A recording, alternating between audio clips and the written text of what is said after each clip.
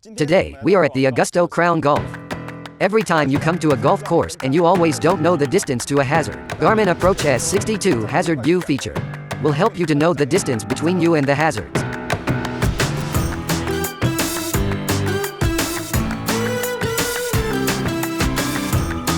This video will show you how to use the Hazard View feature of Garmin Approach S62. It will allow you to check the distance to the hazard quickly. We are in front of the green now. There is a bunker in front of the green.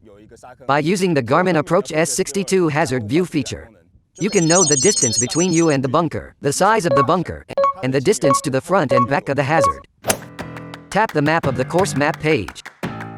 Then, you will see the Hazard View page. By tapping the arrow in the bottom, you can quickly preview all the distances of the hazards in the course, like a bunker, water, etc. You can see the distance and size clearly. Tap the map again and you will enter the full course map view mode.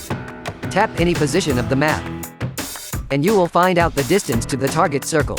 Then, you can plan the next position where you want the ball to drop. By the Hazard View feature, we can see the front edge distance of the bunker in front of me is 58 yards and the back edge distance is 64 yards. We can see another bunker on the left side. The distance to the front edge of the bunker is 78 yards and the back edge is 99 yards. The distance to the green is 76 yards to the front edge of the green and 84 yards to the center. Here we can see the watch recommends using the putter, and our goal is to place the ball to the green with one shot.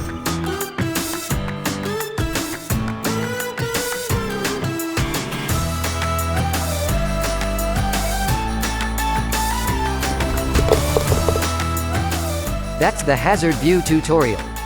Thanks for watching.